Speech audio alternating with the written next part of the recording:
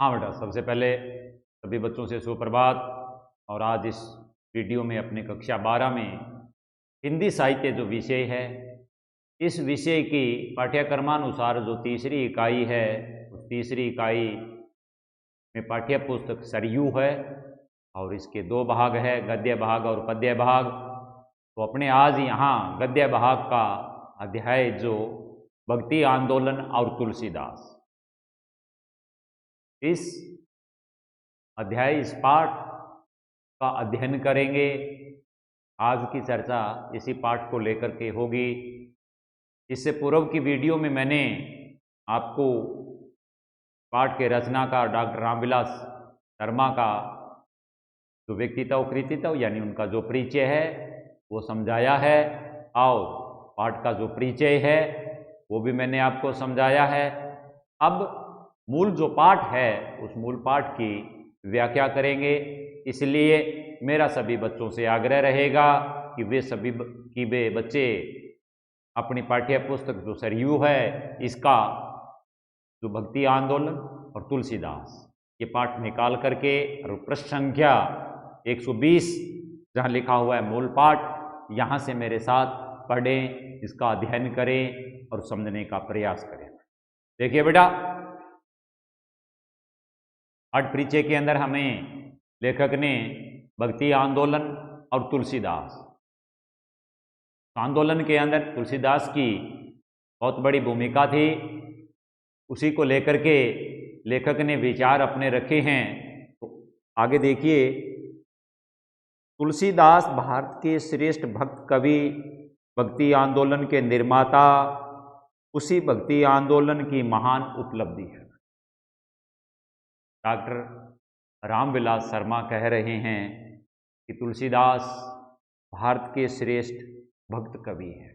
सच्चे अर्थ के अंदर ये लोकनायक, लोक कल्याण की भावना रखने वाले और इसके अतिरिक्त समाज के सभी वर्गों को साथ लेकर के आगे चलने वाले हैं। इसलिए श्रेष्ठ भक्त कवि,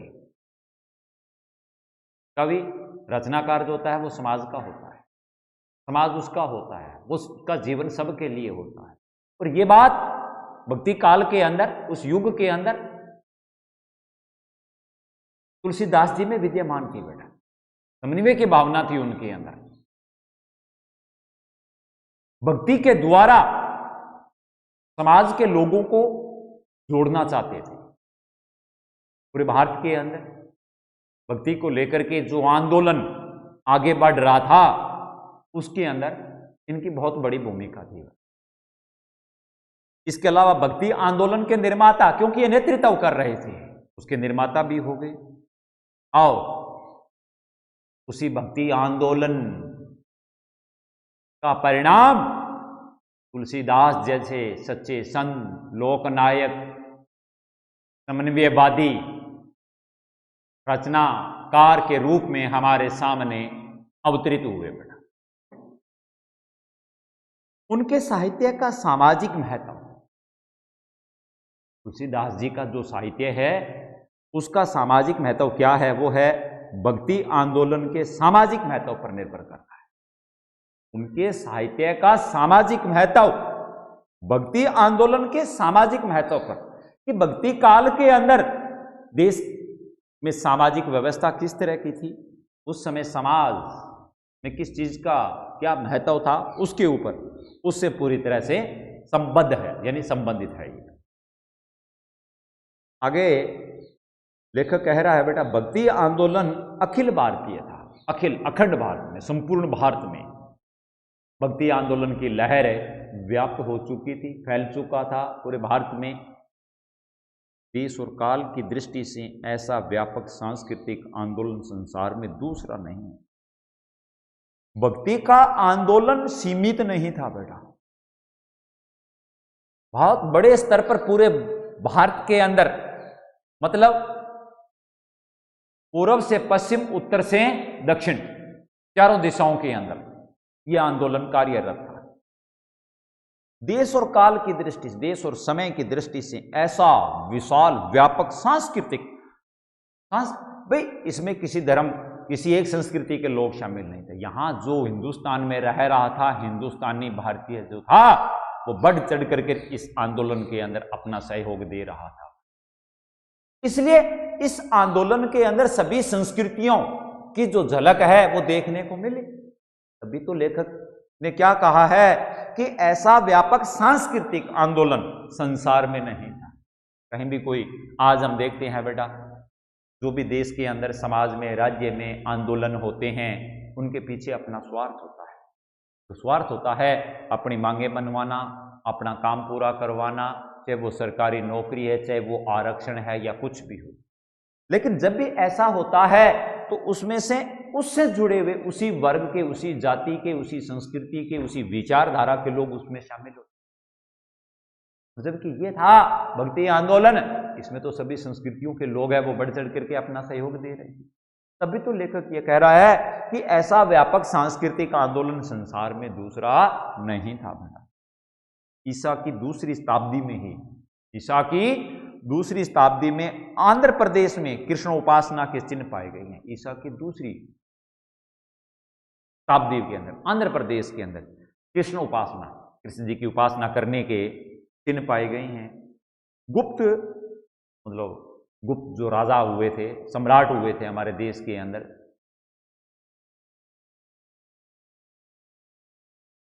के युग में विष्णु नारायण वासुदेव की उपासना ने अखिल भारतीय रूप ले लिया। ये वो प्रमाण है बेटा। डॉक्टर रामविलास शर्मा के यद्यपि रचनाकार की कल्पना होती है लेकिन अपनी बात को, अपनी कल्पना को एक तरह से ये प्रमाणिक रूप दे रहे हैं, यहाँ सिद्ध कर रहे हैं, यथार्थ बता रहे हैं। ये वो चीजें साक्ष्य जोड़ रहे हैं अपनी बात के साथ, कल्पना के साथ। कह रहे हैं ना गुप्त सम्राटों के युग में हमारे देश के अंदर है, यानी गुप्त जो काल था, गुप्त राजाओं का, सम्राटों का जो युग रहा है, उसमें विष्णु नारायण और वासुदेव की उपासना ने अखिल भारतीय, उस गुप्त राजाओं के समय विष्णु नारायण और वासुदेव की जो उपासना थी, कहने का तात्पर्य वो पूरे भारत में हो रही थी। ये एक प्रमाण है बेटा उस भक्ति आंदोलन से जुड़ा हुआ, मतलब वो पूरे भारत के अंदर फैला। इस चीज को बताने के लिए, सिद्ध करने के लिए एक प्रमाण है, दूसरा प्रमाण है। 5वीं शताब्दी से लेकर 9वीं शताब्दी तक, अब आगे दूसरी के बाद में 5वीं 9वीं शताब्दी तक की बात हो रही। तमिलनाडु भक्ति आंदोलन का प्रमुख स्रोत था, केंद्र रहा है बेटा। 5वीं से 9वीं शताब्दी तक तमिलनाडु, वर्तमान में तो तमिलनाडु है बेटा राज्य, ये उस समय भक्ति आंदोलन का स्रोत था। स्रोत जो चीज जहां से फूटती है, निकलती है, या जो केंद्र रहा है। आलवार संतों की कीर्ति सारे भारत में फैल गई थी। वहां के जो संत थे आलवार, कौन से थे? आलवार। उनका यश, उनकी ख्याति, उनका नाम, उनकी प्रसिद्धि उस समय 5वीं से 9वीं शताब्दी के बीच में पूरे भारत के अंदर आलवार संतों की ख्याति हो चुकी थी। बार बार आपको बता रहा हूं भक्ति आंदोलन कैसे था, जो लहर चली थी, उसको सिद्ध करने के लिए, उस बात को बताने के लिए डॉक्टर रामविलास शर्मा है वो अपनी तरफ से ये प्रमाण, साक्ष्य है, वो बता रहे हैं। कश्मीर में ललदेव, कश्मीर में इसका नेतृत्व भक्ति आंदोलन का ललदेव कर रहे थे। तमिलनाडु में आंदाल, बंगाल में चंडीदास, गुजरात में नरसिंह मेहता। भारत के विभिन्न प्रदेशों में, भारत के जो राज्य थे अलग अलग बेटा, भक्त कवि जो थे, लेकिन वो भक्ति को आधार मान करके चलते थे। लगभग 1500 वर्ष तक, कितने वर्षों तक? 1500 वर्षों तक, 1500 वर्षों तक जनता के हृदय को अपनी अमृत वाणी से सींचते रहे। कितना लंबा समय चला है बेटा, 1500 वर्ष, 1500, 1500, 1500 प्लस 1500 हो गए बेटा। 1500 वर्षों तक भक्ति आंदोलन का जो जागरण था वो यहां व्याप्त हुआ है बेटा। अमृतवाणी इस युग के अंदर जितने भी, कोई एक तुलसीदास जी नहीं थे बेटा, और भी बहुत थे, सभी भक्त कवि अपनी अपनी अमृतवाणी से जनता के अंदर भक्ति से जुड़े प्रसंग, प्रेरणादायी बातें, भक्ति की जो मूल बात थी या भक्ति के द्वारा जो संदेश वो देना चाहते थे, वो उस वाणी का, उस अमृत रूपी वाणी का वो संचार जनता के भीतर 1500 वर्ष तक करते रहे। बहुत लंबी अवधि होती है 1500 वर्ष।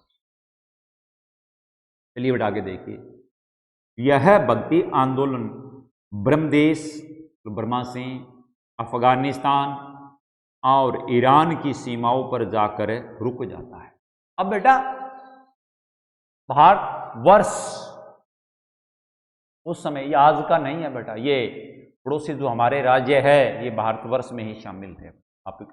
पाकिस्तान है, बांग्लादेश है, बर्मा है, छोटे छोटे राज्य, नेपाल, भूटान, अफगानिस्तान, मतलब अफगानिस्तान तो नहीं कहेंगे, जो मैंने नाम लिया श्रीलंका, भारतवर्ष में ही थे बेटा। तो ये जो भक्ति आंदोलन उस समय चल रहा था, ये भक्ति की जो लहर चल रही थी, भक्ति की जो क्रांति फैली हुई थी, ये बर्मा, अफगानिस्तान, ईरान की सीमाओं पर जाकर के, अरब राष्ट्रों की सीमा पर जाकर के रुक जाते, वहां जाकर के इसको विराम ला, उससे आगे नहीं फैले बेटा। पाकिस्तान में ही है, कश्मीर, पंजाब आज भी पाकिस्तान में है, बंगाल, महाराष्ट्र, आंध्र, तमिलनाडु आदि प्रदेशों पर भक्ति आंदोलन की धारा पूरे वेग से बहती है। इन जगहों के अंदर तो ये पूरे शबाब पर भक्ति आंदोलन था बेटा। जैसे नदी होती है बेटा, जल से जब वर्षा ऋतु के अंदर बारिश का पानी उसमें आता है तो वो पूरी ऊपर तक तट किनारों तक लबालब भर जाती है, तब कहते हैं पूरे शबाब पर, पूरे यौवन पर। तो इन प्रदेशों के अंदर उस युग के अंदर यह भक्ति आंदोलन अपने शबाब पर था। अब इन प्रांतों के लोगों को उस भक्ति के रस के अंदर उस युग के रचनाकारों ने पूरी तरह से डुबो रखा था। भक्ति रूपी नदी के अंदर इन प्रदेशों के जो लोग थे वो स्नान कर रहे थे बेटा।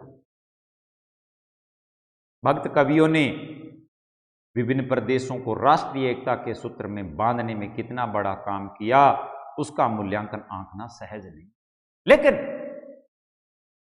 ये जो भक्ति आंदोलन चल रहा था, जिसमें सभी धर्म, वर्ग, जाति, संस्कृतियों के लोग अपना अपना सहयोग दे रहे थे बढ़ चढ़ करके, ये कोई ऐसा वैसा आंदोलन नहीं था बेटा।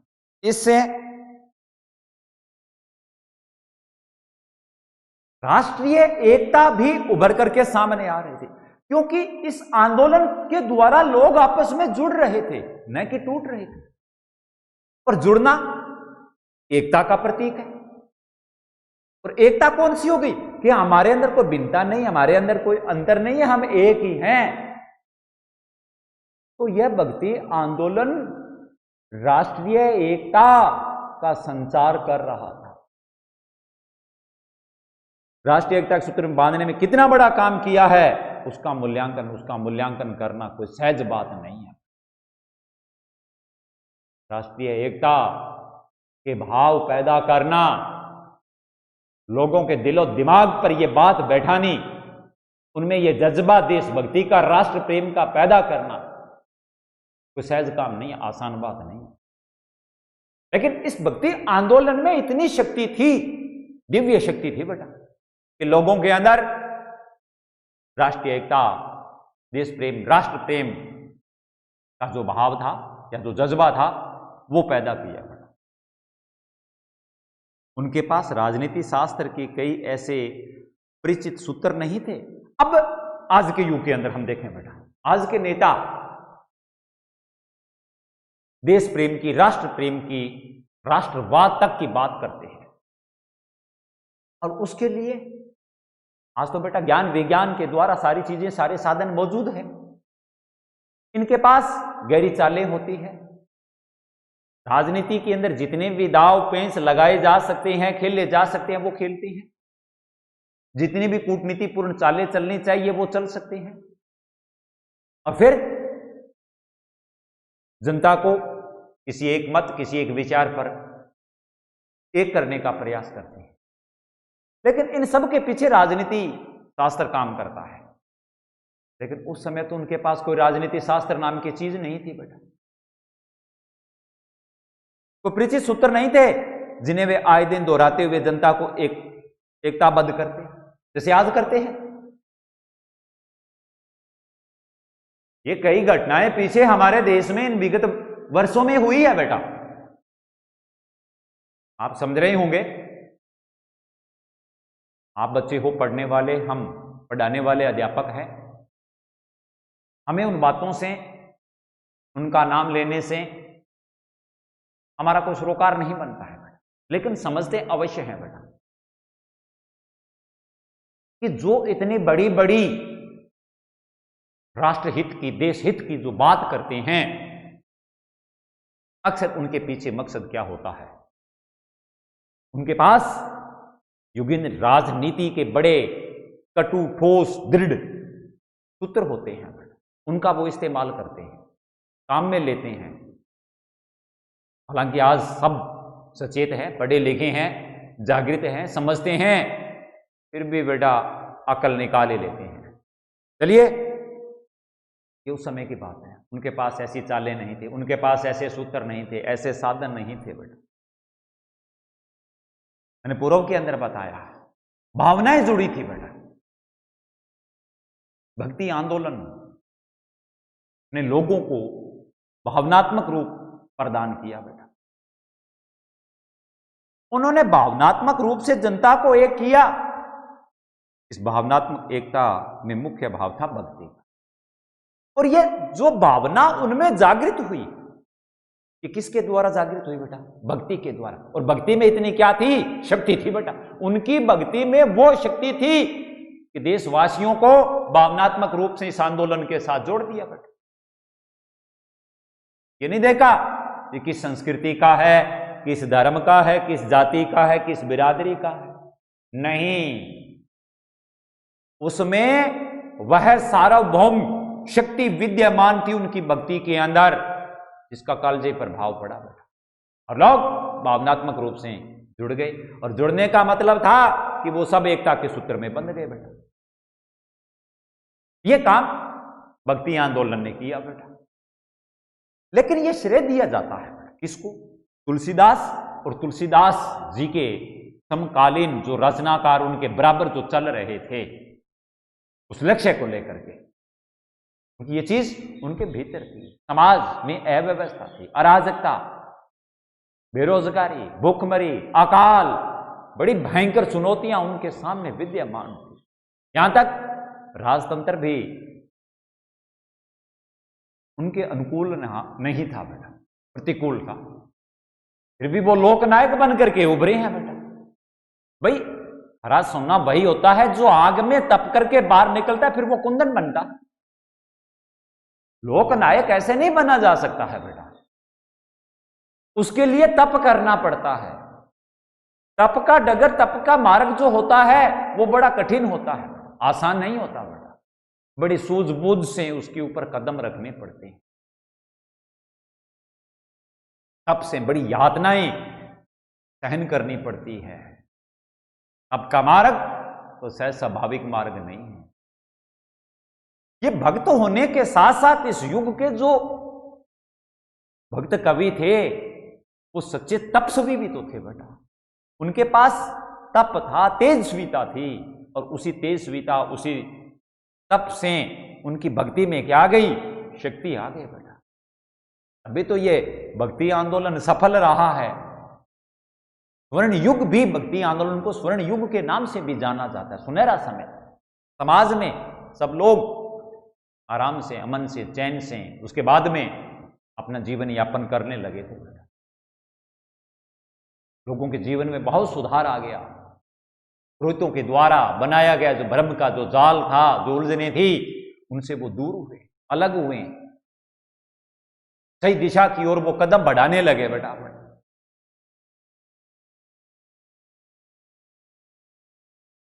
उस समय दैनिक समाचार पत्र, आज मैंने ये पूर्व में आपको बात बताई है बेटा, आज तो हमारे पास बहुत सी चीजें हैं बेटा। सोशल मीडिया है, इलेक्ट्रिक उपकरण है, प्रिंट मीडिया है, यातायात, संचार के असंख्य साधन हमारे पास। कहीं भी कोई घटना घटित होती है, पल भर के अंदर हमें उस चीज का पता चल जाता है। लेकिन ये वो समय था, आज के साधनों, जीवन के अंदर जितने भी साधन है, काम आने वाले, भोग विलासिता के जो भी है, उस समय तो इन साधनों की दृष्टि से शून्य था भारत बेटा। जो कुछ करना पड़ता स्वयं को, व्यक्ति को खुद ही करना पड़ता था। उस समय समाचार पत्र नहीं थे, साप्ताहिक और मासिक पत्र नहीं थे, तो पल पल की सूचना हमें मिलती है। बाद में जब समाचार पत्रों का आगाज हुआ तो उनमें दैनिक के अलावा साप्ताहिक का मतलब सप्ताह के अंदर, और मासिक का मतलब होता है महीने में एक बार, पाक्षिक का मतलब होता है 15 दिन में, ऐसे पत्र भी नहीं थे बेटा। प्रचार की सुविधा के लिए रेडियो भी नहीं था, आकाशवाणी नहीं थी बेटा, क्योंकि रेडियो है, इससे आकाशवाणी से जिन समाचारों आदि का प्रसारण किया जाता है तो वो रेडियो से हम सुन सकते हैं। रेडियो भी नहीं था, ये साधन भी नहीं था। आज ये सब साधन सुलभ है, आज तो सब प्रकार की सुविधा है, वो उपलब्ध है बेटा। आज किसी चीज का प्रचार प्रसार करना, कोई बात हमें यहां से वहां पहुंचानी है, पल भर के अंदर हम बैठे बैठे पहुंचा सकते हैं। न समय खराब होता है, न परेशानी हमारे सामने आती है, न भागदौड़ करनी पड़ती है, और न ज्यादा धन खर्च होता है। किंतु क्या आज भारतीय जनता में, विशेष रूप से जनता के नेताओं में, उनकी पार्टियों में भावनात्मक एकता है जो तुलसी के युग में थी। डॉक्टर रामविलास शर्मा ने यह प्रश्न किया अपने आप के अंदर। तुलसीदास जी के समय समाज के अंदर जो भक्ति आंदोलन चला, उस भक्ति आंदोलन के परिणाम स्वरूप समस्त भारतीय भावनात्मक रूप से राष्ट्रीय एकता के सूत्र में बंध गए थे बेटा। लेकिन आज जबकि उनके पास साधनों का अभाव था, कोई सामग्री किसी प्रकार की मदद करने वाली उपलब्ध नहीं थी, लेकिन आज प्रश्न कर रहा है। किंतु क्या आज भारतीय जनता में, विशेष रूप से जनता के नेताओं में, उनकी पार्टियों में, मतलब इस लोकतंत्र के अंदर, जो लोकतंत्र के मसीहा बने हुए हैं, जो जन सेवक बने हुए हैं, उन नेताओं में, उनकी पार्टियों के अंदर वह भावनात्मक रूपी शक्ति है, वो बल है, वो ताकत है जो तुलसीदास जी के समय थी? कतई नहीं हो सकती है। क्यों? आज इन नेताओं की जबान पर, इनकी पार्टियों के अंदर छल कपट के अतिरिक्त और कुछ नहीं है।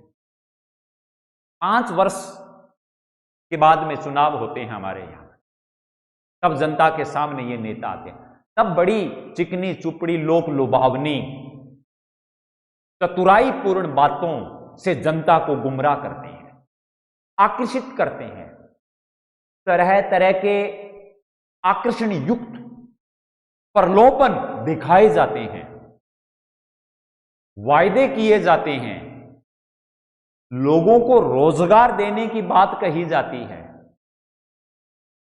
अन्य सुख सुविधा से युक्त कामों को पूर्ण करने की बात कही जाती है,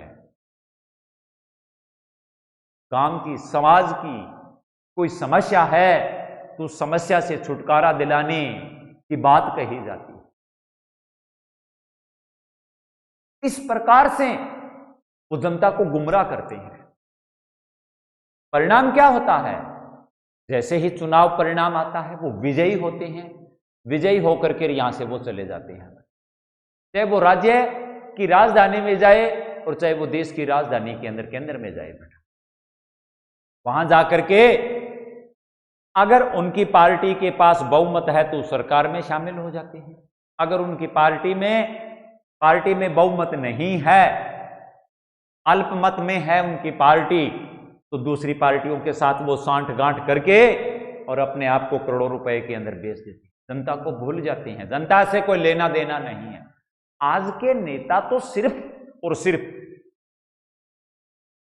राजनीति रूपी मार्ग द्वारा धन कमाने का, रुपया पैसा कमाने का, और उनके जो पिछलग्गू होते हैं उनको खुश करने का, उनके कार्यकर्ताओं को प्रसन्न करने का, उनकी ऐशो आराम की पूर्ति करने का काम करते हैं। इस प्रकार की कार्य प्रणाली में सक्रियता नहीं होती बेटा। ये समाज की भलाई नहीं है, तो कुछ एक लोगों की भलाई है। क्योंकि सरकार के पास, सरकार किसकी है? हमारी है। सरकार के पास जो रुपया पैसा जो है वो कहां से जाता है? हमारे खून पसीने से तो वहां जाता है बेटा। उस पर वो मजे लूटते हैं बेटा। उनकी राजनीति जो भक्ति है उसमें शक्ति नहीं है बेटा। तुलसीदास जी का जो भक्ति आंदोलन था उसमें शक्ति थी। तो इसमें तो स्वार्थ हो गया। फिर जहां स्वार्थ होगा वहां भावना कैसे पनपेगी? भावना एक ऐसा भाव है, एक ऐसा भीतर पैदा होने वाला हृदय के, अरे जहां सबका भला होगा, सबकी भलाई होगी, सबका हित होगा, वहां यह भावना स्वतः ही जागृत होगी। अगर हम कहें इसको किसी के ऊपर आरोपित कर दें, थोप दें, यह संभव नहीं है। नैतिकता, आदर्श, मूल्य, ये जो भावनाओं से संबंधित है, ये स्वतः ही स्फुरित होते हैं।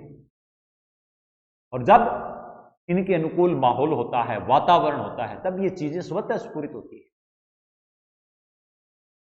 प्रतिकूल परिस्थितियों के अंदर तो ये दब जाती है, मर जाती है, शून्य हो जाती है। आज राजनीतिक पार्टियां हैं, वो इन चीजों को खत्म कर रही है, नष्ट कर रही है। भावनाओं की जगह स्वार्थ पनप रहा है, तो प्रसन्न कर रहा है। जो वातावरण, जो समय, जो बल, जो शक्ति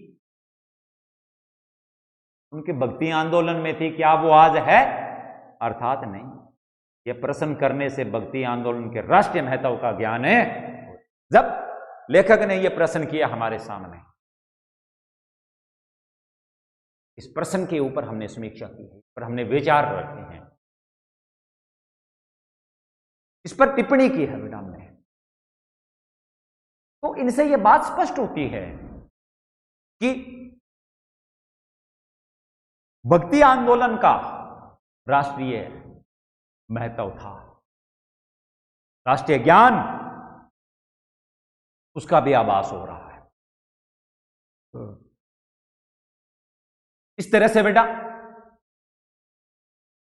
मूल पाठ की व्याख्या चल रही है। मेरे साथ अपने पाठ्य पुस्तक का अध्याय निरंतर पढ़ें। और शेष जो इसका भाग है वो अपने अगली वीडियो में पढ़ेंगे। तब तक के लिए धन्यवाद।